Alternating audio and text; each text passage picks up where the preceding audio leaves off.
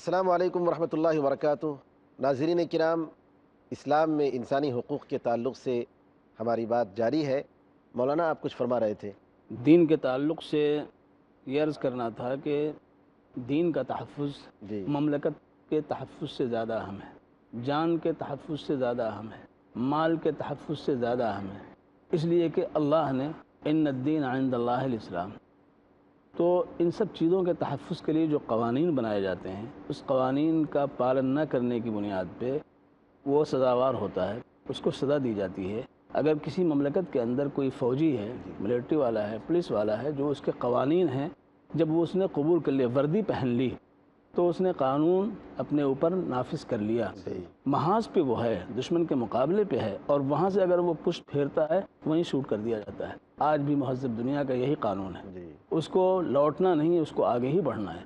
تو اگر یہ چیز غلط نہیں ہے، یہ تہذیب کے خلاف نہیں ہے، تو دین تو اس سے زیادہ اہم ہے۔ جو اللہ رب العزت نے دین کی بنیاد پہ یہ دنیا پیدا اس نے کیا ہے، دنیا کی ساری نعمتیں اس نے عطا فرمائی ہیں، اور دنیا کو اللہ رب العزت نے ہر ایک کو دیا ہے، چاہے وہ پسندیدہ ہو یا ناپسندیدہ ہو، لیکن دین کی دولت تو اللہ نے اس فرد کو عطا کیا ہے جس کو اللہ پسند فرماتا ہے۔ اس کے باوجود یہ بغاوت کر رہا ہے، یہ سرکشی پہ آمادہ ہے، متمرد ہے، لہذا جو سزا اسلام نے مقرر کی ہے ایسے فرد کے لیے وہ بالکل عقل کے مطابق ہے۔ حدیث بھی ہے جو مولانا نے فرمائی، وہ مسلم شریف میں روایت بھی ہے، ان اللہ یرضی لکم ثلاثا ویکرہ لکم ثلاثا، یرضی لکم ان تعبدوہ ولا تشرکوا بہ شیئا، اللہ تعالیٰ تین چیزیں، وان تعتصموا بحبل اللہ جميعا ولا تفرقوا، وان تناصحوا من واللہ اللہ امرکم۔ حفاظت دین کے تعلق سے صرف اللہ کی بندگی کرو، اس کی بندگی میں کسی کو شریک مت کرو، کیونکہ اگر شرک کرتے ہو تو دین کو ضائع کرتے ہو، بدعت کرتے ہو تو دین کو ضائع کرتے ہو، تکمیل دین پر سوال کھڑا کرتے ہو، اللہ اور رسول کی تکذیب کے مرتکب ہوتے ہو، نعوذ باللہ۔ واعتصموا بحبل اللہ جميعا، یونٹی قائم کرو، اجتماعیت، کیونکہ اجتماعیت پہ قوت ہے، اسلام غالب رہے گا۔ اور تیسری بات یہ ہے کہ جو تمہارے حکمراں ہیں ان کے ساتھ خیر خواہی کرو، تو بادشاہ کے ساتھ خیر خواہی سے پہلے اجتماعیت، اور اجتماعیت کے قیام کے لیے دین کی حفاظت۔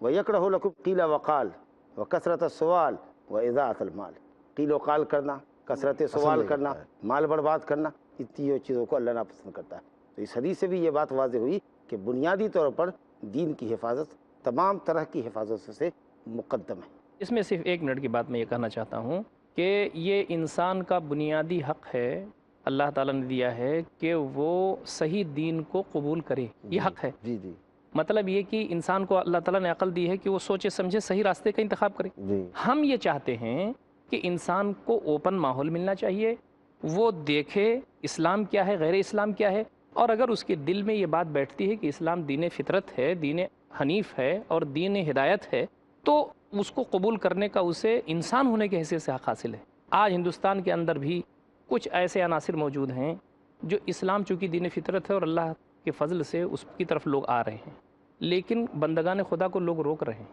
کہیں قاعدہ بنا کے روکا جا رہا ہے، کہیں ظلم کر کے روکا جا رہا ہے، کہیں مار پیٹ کر کے روکا جا رہا ہے، طرح طرح کی اذیتیں دی جا رہی ہیں۔ یہ انسانی حقوق کی، اس کی کرامت کے خلاف ہے۔ اگر کوئی شخص سمجھتا ہے کہ اسلام بہتر مذہب ہے اور اس کو قبول کرنے کا، حالانکہ اسلام کسی خاص قوم کا مذہب نہیں ہے، یہ تو سارے انسانوں کے لیے آیا ہوا ہے، نبی اکرم صلی اللہ علیہ وسلم سارے انسانوں کے لیے آئے ہوئے ہیں۔ تو اب اس دین کی طرف، اس کی برکت کی طرف اگر کوئی آتا ہے، کسی بھی مذہب کا ہو، نہ بھی کسی بھی مذہب کا ہو، تو آج ہمارے ہندوستان کے ہاں کچھ ایسے ماحول بن رہے ہیں اور دنیا میں ایسے ماحول بن رہے ہیں کہ اس کو یہ موقع قانوناً بھی روکا جاتا ہے اس کو، اور عملاً بھی اس کو روکا جاتا ہے۔ یہ انسانی حقوق کی خلاف ورزی ہے، اور یہ حق ہے انسان کا کہ وہ اگر کوئی چیز اسے صحیح ثابت ہوتی ہے، کوئی صحیح معلوم ہوتا ہے اس کو کہ یہ حق ہے، تو اسے قبول کر لے۔ یہ اسے بنیادی حق دیا ہے اس کے پیدا کرنے والے نے۔ یہ فرض ہے، بلکہ اس کے اوپر حق کا مطلب حق ہی نہیں بلکہ فرض ہے اس کے اوپر کہ وہ حق کی تلاش کرے اور حق کو قبول کرے، صحیح۔ یہی فرض ہے۔ مغربی دنیا جہاں پر دعویٰ کرتی ہے حریت دین کا انسانی حقوق کے تعلق سے، ہم یہ دیکھتے ہیں کہ جہاں بھی ان کو موقع ملتا ہے کوئی بھی ویلفیئر کام کرنے کا یا کسی بھی، اور پیسے دے کر لوگوں کو اپنے دینی طرف راغب کرتے ہیں۔ اگر اجازت دیں تو میں تھوڑی سی بات رکھ دوں۔ جی مولانا۔ دیکھیے، بندوں کی خدمت کرنا، انسانوں کی خدمت کرنا کوئی معیوب کام نہیں ہے، جی کوئی دبا مطلوب ہے، ہے، کچلا مطلوب ہے، پریشان حال ہے۔ دین میں اسلام تو مطلوب خود ہے۔ تعلیمات دیتا ہے، غربا ہے، مساکین ہے، یتیم ہے، محتاج ہے، لاچار ہے، مجبور ہے، مستحقین ہے، ان کی خدمت کرنا چاہیے۔ ارحموا من فی الارض یرحمکم من فی السماء، زمین والوں پر رحم کرو، تمہارا اوپر آسمان والا رحم فرمائے گا۔ جی لیکن لالچ دے کر کے کوئی خاص مذہب قبول کرانا یہ غلط بات ہے۔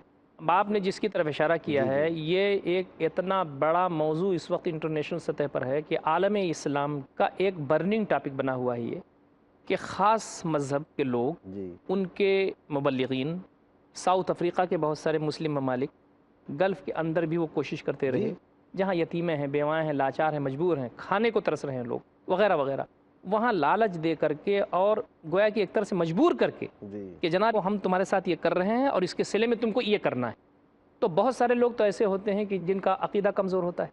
جن کے پاس ایمان ویسا نہیں ہوتا، جیسا ملت میں بہت بڑا طبقہ ایسا موجود ہے، تو وہ یہ نہیں سمجھ پاتے کہ حق کیا ہے نہ حق کیا ہے، تو اس فتنے میں وہ مبتلا ہو جاتے ہیں۔ تو یہ چیز خود آج کی اس مہذب دنیا میں یہ بات نامناسب ہے، اس کو الگ الگ ہونا چاہیے۔ انسانی خدمت الگ چیز ہے، اور اللہ تعالیٰ کے دین یا کسی بھی دین کے انتخاب کے سلسلے میں بندے کو جو آزادی ہے وہ الگ چیز ہے۔ انسانی خدمت کے لیے ہونی چاہیے۔ دیکھیے سعیدی صاحب، اصل میں مسئلہ یہ ہے کہ کوئی چیز آدمی سوچ سمجھ کر کے حق کو حق سمجھ کر کے قبول کرتا ہے تو اس میں جو پائیداری آتی ہے، بالکل صحیح ہے، اور آپ کی غربت کا فائدہ اٹھا کر کے اگر اس کے ایمان کو خرید رہے ہیں تو اس میں اور اس میں جو حق سمجھ کے آدمی، دونوں میں آسمان زمین کا فرق ہے۔ ایسے لوگ جن کو آپ لالچ دے کر کے یہودی بنا رہے ہیں، عیسائی بنا رہے ہیں، غیر مسلم بنا رہے ہیں، جب وہ لقمہ پھینکنا آپ بند کر دیں گے وہ دوسری طرف پھر جائیں گے۔ لیکن اگر ایک مسلمان دین حق کو دین حق سمجھ کے قبول کرتا ہے تو وہ قتل کیا جانا، آگ میں جلا دیا جانا پسند کرتا ہے، مگر اپنے دین کا سودا نہیں کرتا۔ صحیح، یہ بڑا فرق ہے یہ لالچ، اور اسی وجہ سے اسلام اتنی تیزی سے پھیلا، اس کے پیچھے کوئی لالچ نہیں، کوئی ترغیب نہیں، کوئی تحریض نہیں۔ اور عملی طور پر میں یہ کہہ سکتا ہوں کہ دنیا میں اس وقت کہیں بھی جہاد بھی نہیں ہے کہ آپ یہ کہیں کہ صاحب تلوار کا استعمال ہو رہا ہے، اور اس کے باوجود بے تحاشا دنیا اسلام کی طرف بڑھی۔ مغرب دنیا کی آدھی دولت کرسچینٹی پہ خرچ ہو رہی ہے، اس کے باوجود ان کے مذہب میں آنے والوں کا ریشیو اسلام کے مقابلے میں سمجھتا ہوں کہ 1% بھی نہیں ہے۔ چرچ خالی ہو چکے ہیں، چرچ نیلام ہو رہے ہیں اور بک رہے ہیں، اس لیے کہ انسان کو جب سکون نہیں ملے گا تو ہرا نہیں سکتا وہ۔ الحمدللہ جی، یہی وجہ ہے کہ انہوں نے اسلام کی شبیہ کو خراب کرنے کے لیے مختلف حربے استعمال کیے ہیں۔ انہوں نے جب دیکھا کہ لالچ کے ذریعے، پیسے کے ذریعے، تعاون کے ذریعے بات نہیں بن رہی ہے تو جس کی طرف جا رہے ہیں اسی کی شبیہ خراب کی جائے۔ لہذا کبھی پردے کا مسئلہ ہے، حجاب کا مسئلہ، قرآن کا مسئلہ، اسکارف باندھنے پر جرمنی نے، فرانس نے جو قانون پاس کیا، لوگوں کو پیسے دے کر تیار کرتے ہیں، لوگوں کے دماغوں کو خریدتے ہیں، لوگوں کے قلموں کو خریدتے ہیں تاکہ اسلام کے خلاف، اسلامی شخصیتوں کے خلاف کیچڑ چلا جائے۔ ہر چیز کا رد فعل ہوتا ہے، جو آدمی مشہور ہونا چاہتا ہے جس قدر دبا رہے ہیں اور مخالفت کر رہے ہیں۔ تسلیمہ نسرین دیکھیے پڑی ہوئی یہاں پر ہمارے ملک کے اندر ہے، ہمارے ملک کے اندر ہے، اور جس دلیری کے ساتھ وہ کیسی بے حیائی کی باتیں کرتی ہے کہ ایک عورت کو 200 مرد رکھنے چاہیے، یہ کتنی بے حیائی کی بات ہے۔ اور ہمارا ملک جو ہے وہ مہذب کہلاتا ہے۔ چلیے اس کے باوجود بھی انہی ماحول میں الحمدللہ اسلام پنپ رہا ہے، ستی تو زکات جو رہا ہے، چیز اسلام کے خلاف ہو اس کو بڑھانے کی کوشش کی جا رہی ہے تاکہ انہیں حق ڈر ہے، نہیں حق ثابت کہ ہو کے یہ رہے سب گا۔ سیل آ رہا ہے۔ آزادی بیان کا مطلب یہ تو نہیں کہ دوسروں کی عزتوں پر اور دوسروں کی کردار پر حملہ کیا جائے، یا یہ وہ مذہب پر تسلیم کرتے ہیں، یا مذہب پر وہ تسلیم کرتے ہیں کہ اپنے ہاں ملکہ برطانیہ کے خلاف کوئی بات نہیں کہی جا سکتی ہے، حضرت عیسیٰ علیہ السلام کے خلاف کوئی بات نہیں کہی جا سکتی ہے،